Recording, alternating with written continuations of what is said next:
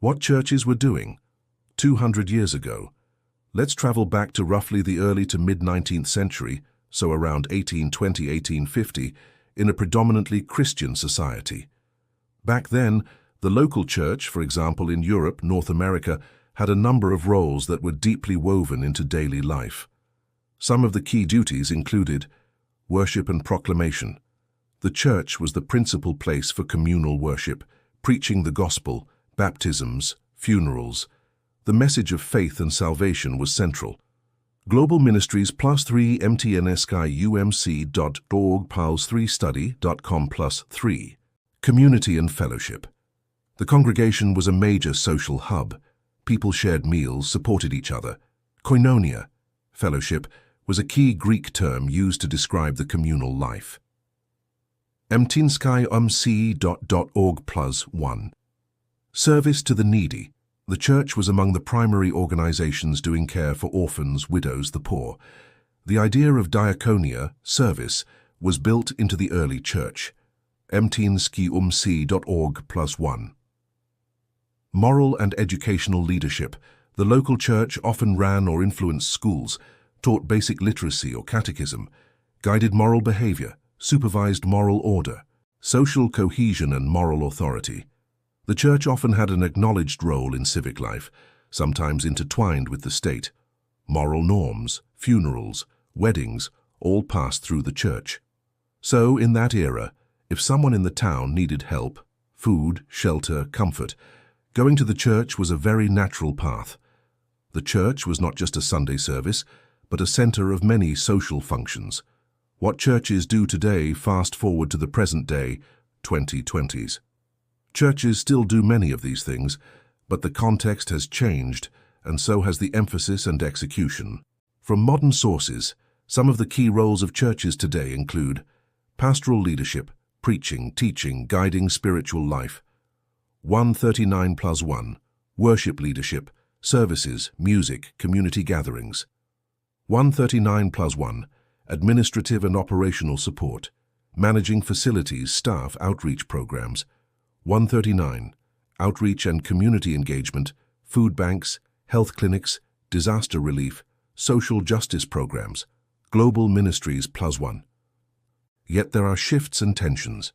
For example, one article notes that for many years people have been drilled into thinking that regular attendance at public worship was the fundamental duty.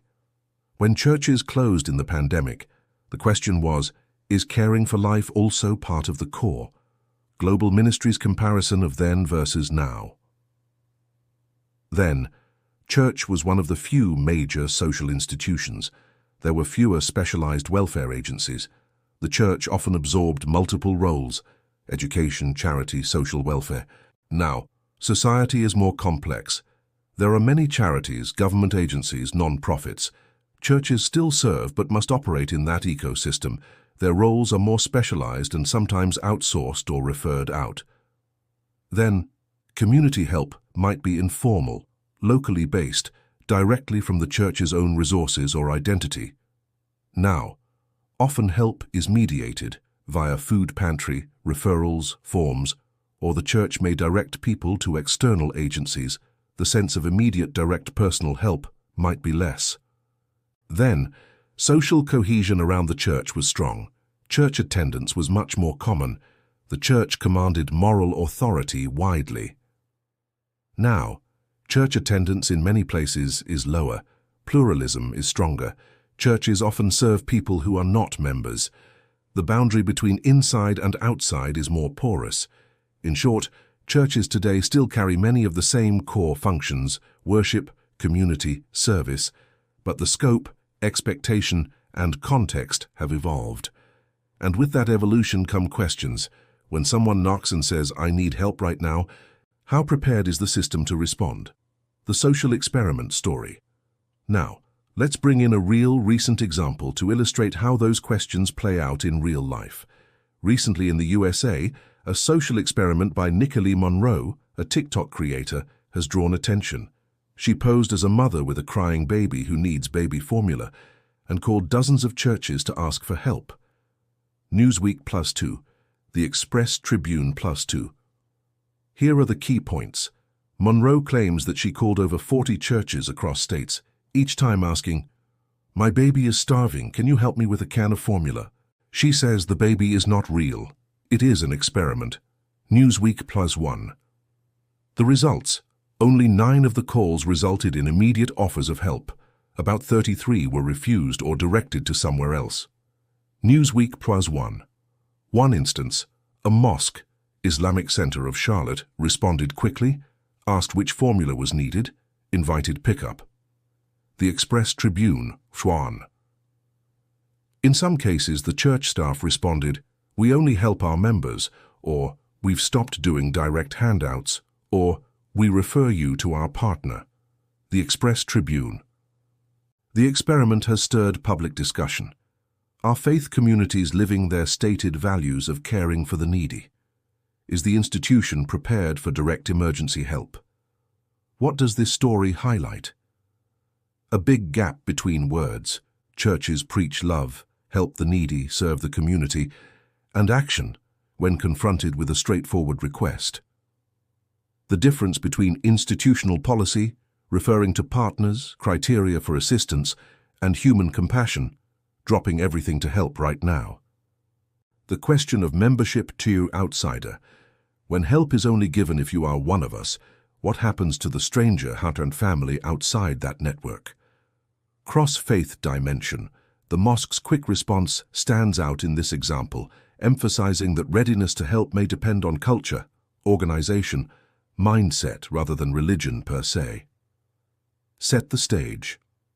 In a quiet town 2 centuries ago, describe a typical day. Sunday morning bells, children learning in the church school, neighbors in the pews.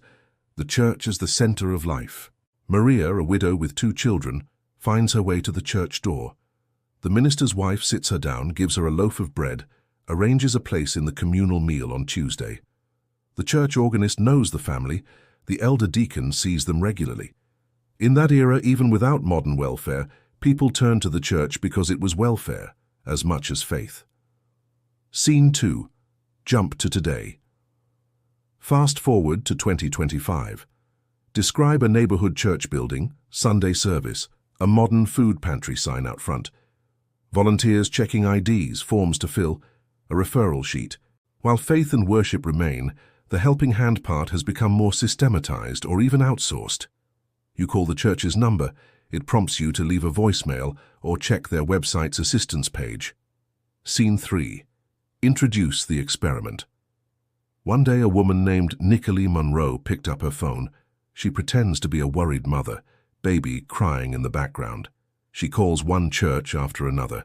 For many calls, "Thank you for calling XYZ Church. Do you attend here?" "I'm sorry, we can't help. We refer you to our partner food pantry." After dozens of calls, only a few churches said yes. Meanwhile, one mosque answered, "Yes, bring the baby's formula brand and come by any time." Scene 4. Reflect on the comparison. Comparing to 200 years ago.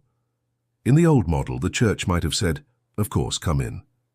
The institution was simpler, the expectation of help immediate. Today, institutions are bigger, more complex, sometimes less nimble. The story forces us to ask, if a baby is crying now, does the faith organization act first or check membership or ask for referral? Faith and charity are deeply intertwined historically, but institutional inertia can blunt immediate response. The story isn't just about churches failing, it's about systems and culture. The mosque example shows that help can be immediate when the culture emphasizes it. For your own audience, what does this mean for you? If you believe in helping the neighbor, how would you act? If you belong to a faith community, what mechanisms exist to respond quickly? Finally, the story opens up a challenge. Institutions must ask themselves, are we prepared for the emergency knock, or only for scheduled programs? How do we rediscover the immediacy of service? In 1825, your local church might have been the first stop for a widow, a hungry child, a stranger in need. In 2025, you still have places of worship and many wonderful programs, but the path from doorbell to help may have become longer. The experiment we shared today holds up a mirror. Can faith communities live the ideals they preach when the phone rings at midnight and someone says, "Please help my baby"? Thank you for watching True Facts. If you found this story thought-provoking, like this video, subscribe and drop a comment below. What would you do in that situation?